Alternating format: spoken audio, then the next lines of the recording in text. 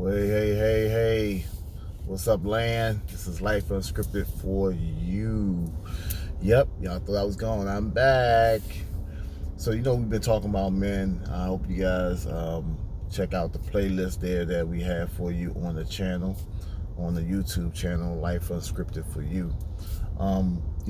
It just been on me recently, just understanding this is no shade or crack to women, but we're talking about men right now. That's all right. I'm sure we'll be inspired to talk about the opposite sex as well, and women. But men, we are so. I feel that I'm fortunate. I'm just talking about me. Fortunate to be born a male. It is a great responsibility, as we talked about in previous videos, but it's such a blessing as well. The more I learn and I understand from God's understanding, which is the most important understanding of who man is. We talk about who male is, not humanity, but who man is to God. I'm just elated. I'm humbled. I'm really humbled to be in that position, for it to be God's child and to be God's son. I'm humbled, and I'm gonna share with you why I'm so humble. Because God put so much trust and love in man when He created man. And like you guys, I believe the Bible from cover to cover. So just looking at Genesis, when He created man, and you could go back to the account. I believe I talked about it in some previous videos, but it's really on me. This part is really on me. Go back to Genesis chapter 1 and chapter 2. But look, when He created man as one being, male and female, right? Male and female, and He blessed them, but He gave him a commandment, which was to be fruitful and multiply. Be fruitful and multiply. Now think about this. He gave that commandment while yet there was one being, Adam. Now why would He give that commandment, being one being, Adam, and tell him be fruitful and multiply? There had to be the ability for Adam to be fruitful and multiply at that moment. It had to be. I talked. My daughter and I talked about this some time ago. I'm just marinating on it to share openly. But you got to look at this. Inside of the man, inside of me right now, there are living beings. There's living, breathing, moving organisms. There's little me's, if you want to call them, in me right now. Now, for the women that may be listening, if you're listening to this right now, you have an egg. You still have eggs, but it's not living. It's a part of you. It's gathering certain things out of your DNA strands, a certain piece of you, but it's not living. It's a part of you, just like any other organ or anything, but it's not living. These spermicidal cells are actually living, breathing, moving. So I looked at that and I said, for Him to create man and give man a partnership with Him to have living life inside of Him. I have life inside of me that can produce out, is a humbling thing. It's a remarkable thing. It's something that tells me just how special I am to Him. It's something that tells me that forever of my life and my creation, I'll be connected to Him in creation. I'll be connected to Him although yet I have not created in life being, I am connected to him in creation itself of life.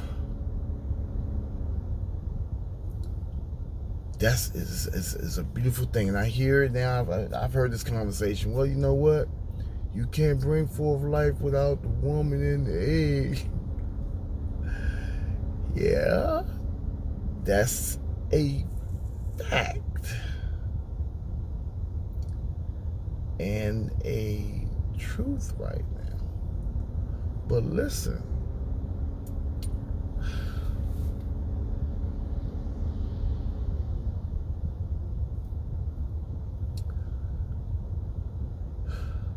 When doing the procreation process, I don't know if that's the right word, but doing that process, fertilization in the egg and such, and after fertilization, do we understand that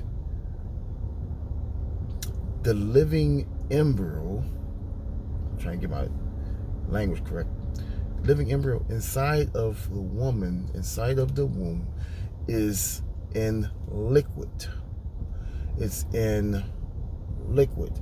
And it is breathing not oxygen as we're breathing right now. That tells me in its origin of this creation of life inside of me has the ability to extract or receive oxygen for its survival out of liquid. See, I'm gonna stop right there. I'm not going any further. But see, something happened, and we know what that something is. When now it had to be extracted, and now Adam could not be all in one. It was so fit that he would have a mate to come together with him. That's what happened, right? And we also know that every embryo that started inside of the woman is female. It's female. Then, if the chromosome attaches, it becomes male. Oh boy, I'm getting way too ahead of myself and deep for myself, deep for my own self. But listen, so that change happened and brought us into partnership. But we got to looking at creation, and it's evident for him to make the statement and say, "Be fruitful and multiply," to Adam, that there was an ability to do so. So I say all that to say, not to put my sisters down, but just to understand for men that are listening, how great you are to God. The responsibility that we have to God, who has created us. We have a responsibility to how we live. We have a responsibility to what we do. We have a responsibility to how we relate to Him and how we relate to this world. We have a responsibility. That's what I'm trying to get to. Now, I hope that you're getting that a little bit. I'm trying to be a little mouthpiece, if I can, for this. But that's a powerful thing. It's a great, marvelous thing that He allowed. Now, if you go over to skip on down, and you find where and I'm going to go past, of course, He put Adam asleep, and then He created a woman out of man. He did not, see, He created man from the dust of the ground, and He blew into man. Okay, He blew His breath into man. Okay, He didn't go back to the ground for woman. He took woman out of man. Okay, so she's a subset of man. Now, when the serpent came and tempted Eve, he tempted Eve. And what did Eve do? We ain't gotta go through the whole story. Yes, she did, okay? She saw it, and she seen it was good and all that stuff, and she went on and took it, even though she kind of knew that, she knew that she shouldn't. She did it, okay? But listen, Nothing happened when she took of the fruit from the tree of the knowledge of good and evil. Nothing happened. Please go back and read. Nothing happened. When she presented it to Adam, and Adam took of the fruit and ate, that's when their eyes were open to know good and evil. That's when they knew they were naked and they became ashamed. When Adam took of the fruit. And why is that? Well, scripture doesn't go and say why is that. But this is just me talking. This is us just sitting here talking on the porch, right?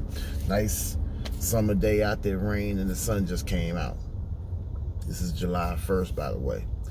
All right, so why happened? It happened because everything came through Adam. Everything came through man. Everything came through Adam. Eve was taken out of Adam. But everything came through Adam. So he held the responsibility. He held the leadership. He held the kingdom. He held God's purpose. He held it. Okay? So when he ate it and disobeyed, that is when it happened. Men, we are important. Don't go through life and go through feeling that in your household you don't have a voice.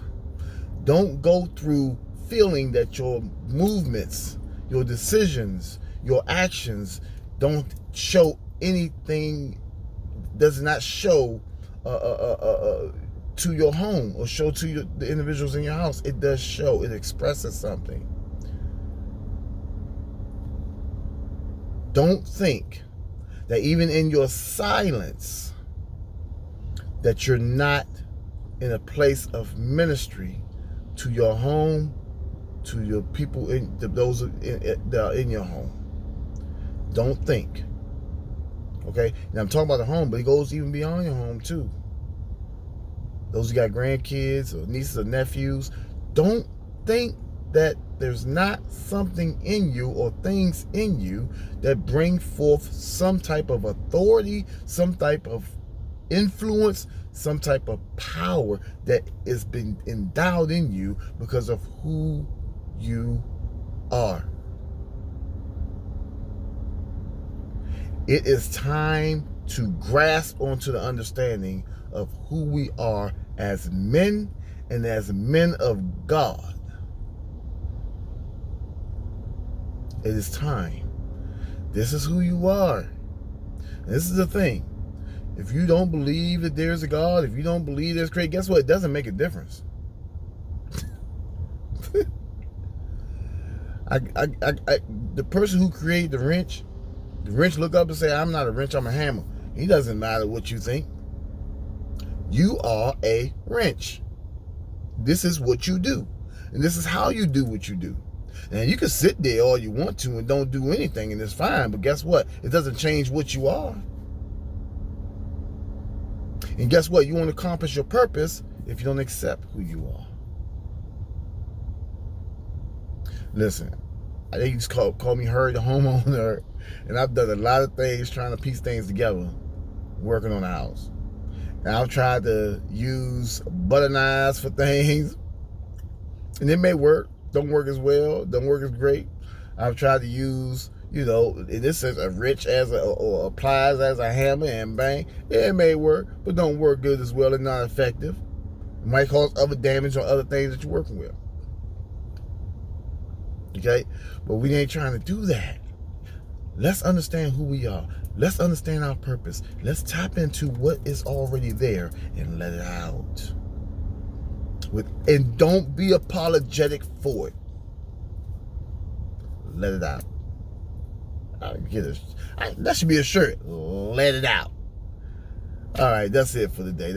I want to thank you guys for hanging out with me. Thank you guys for staying tuned to the channel. Like, subscribe, share it if you like. If any bits and pieces of it that you want to comment on, please do so. And I encourage you, like I always do, search the scriptures, go through and get understanding.